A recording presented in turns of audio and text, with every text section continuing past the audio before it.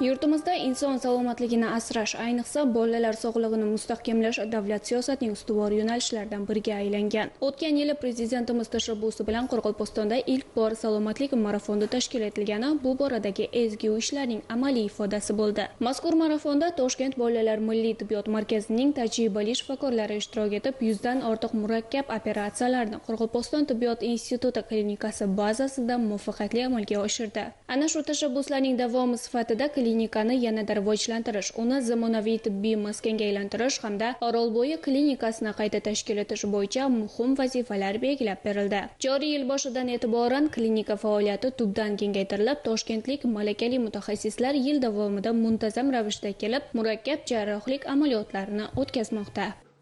Salomatlik marafoni hurmatli prezidentimiz tashabbuslari bilan Qoraqalpog'iston Respublikasida birinchi bo'lib start berildi. Hamda salomatlik marafonida bolalar milliy tibbiyot markazi xodimlari aktiv qatnashdi hamda 100 dan ortiq yuqori texnologik amaliyotlarni tibbiyot instituti qoshidagi klinikada amalga oshirdi. Shu jarayondan kelib chiqib, Qoraqalpog'iston tibbiyot instituti klinikasi negizida bolalar milliy tibbiyot markazi Orolbo'yi klinikasini medhubini tashkil qilish topshirig'i olindi. Hamda 5-yanvardan boshlab tibbiyot instituti klinikasi negizida qayta tashkil qilindi. Malakali yuqori texnologik amaliyotni bajaradigan mutaxassislar safarbar qilindi. Hozirgi kunda o'zim boshchiligimda 13 nafar mutaxassis mazkur klinikada faoliyat olib boryapti.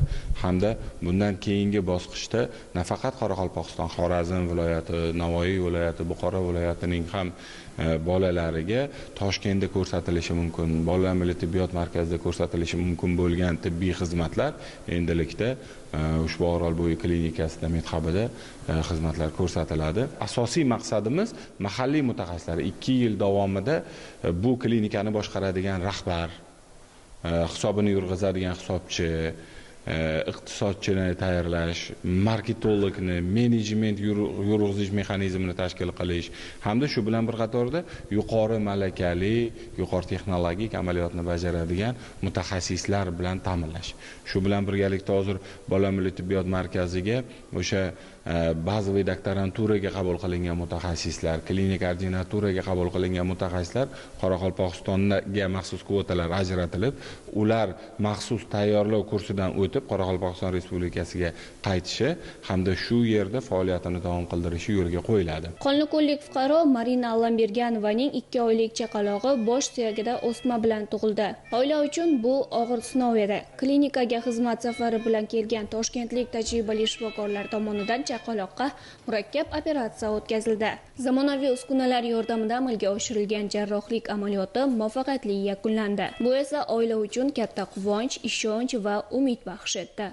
Men o'sha farzandim tug'ilgan vaqtda, o'sha bas suyagimdagi o'simtaning ko'rsatuvi orqali o'sha medklinikaga направлениемен keldim. Bu yerda analizlarni darrov oldida o'sha operatsiyaga tayyorladi. Operatsiya vaqtidan keyin balaning жағдайын ko'rdim. Balam juda yaxshi. Salomatlik aksiyasining bepul o'tkazilgani bizler үшін juda qulay bo'ldi. Klinikadagi hamma sharoitlar yaratilgan, ana shunda bala shunda sharoitlar yaratilgan. Buning uchun prezidentimizga rahmat. Bu operatsiya bepul o'tkazildi. Biz shundan juda quvonchlimiz. Ta'kidlash joizki, 2021-yilda ishga tushirilgan mazkur klinika dastlab to'liq quvvat bilan ishlay olmagan edi. Buning asosiy sababi tajribali tor soha mutaxassislari yetishmasligi bilan bog'liq bo'lgan. Bugungi kunda esa vaziyat tubdan o'zgardi. Toshkent bolalar milliy tibbiyot markazi tomonidan doimiy amaliy va metodik ko'mak ko'rsatilmoqda. Malakali shifokorlar Nukus shahriga kelib, nafaqat operatsiyalarni bajarish, balki mahalliy shifokorlarning malakasini oshirish, tajriba almashish ishlarini ham olib bormoqda. Үлкен ауыр операцияны жұмақладық. Науқас 10 күндік бала. Бас миында ісікпен туылды. Тексеріп көрдік. Қарасақ, уже бас миы қысылып жатқан екен. Бұл жерде жоғары дәрежеде операция өткіздік. Операция әммесі кеуілдігі де болды. Құда қаласа енді бала жақсы болып кетеді деген ниеттеміз. Қазір Оролбой медицина клиникасына Ташкент қаласына келген балалар milliy markazi орайынан бірқатар қанегелер келді. Балалар кардиохирургы, балалар урологы, балалар пластик хирургы. Бұлар жоғары дәрежедегі заманауи жаһан стандартына толық жауап беретін операцияларды осы Нүкіс қаласында, осы клиникада әмелге асырып жатырды. Һәм мен ойлаймын, көп ата-аналар көріп, операциялар нәтижелерін көріп, көп сүйсініп қуанып жатқан болса керек деп ойлаймын. Ayni paytda tibbiyot sohasida zamonaviy texnologiyalar keng joriy etilmoqda. Klinikaga Germaniya, Janubiy Koreya, Yaponiya kabi davlatlardan yuqori aniqlikdagi diagnostika va jarrohlik uskunalari olib kelindi. Kompyuter tomografiyasi, magnit rezonans tomografiya, zamonaviy anesteziologiya va reanimatsiya jihozlari murakkab operatsiyalarni xavfsiz, sifatli o'tkazish imkonini bermoqda. Mazkur hamkorlik ayniqsa yangi tug'ilgan chaqaloqlardan tortib 18 yoshgacha bo'lgan bemor bolalar uchun katta yengillik yaratmoqda. Shuningdek, telemeditsina imkoniyatlari ham yo'lga qo'yildi. Bu orqali Toshkentdagi yetakchi mutaxassislar murakkab holatlar yuzasidan masofadan turib maslahatlar berib, davolash jarayonini muvofiqlashtirmoqda.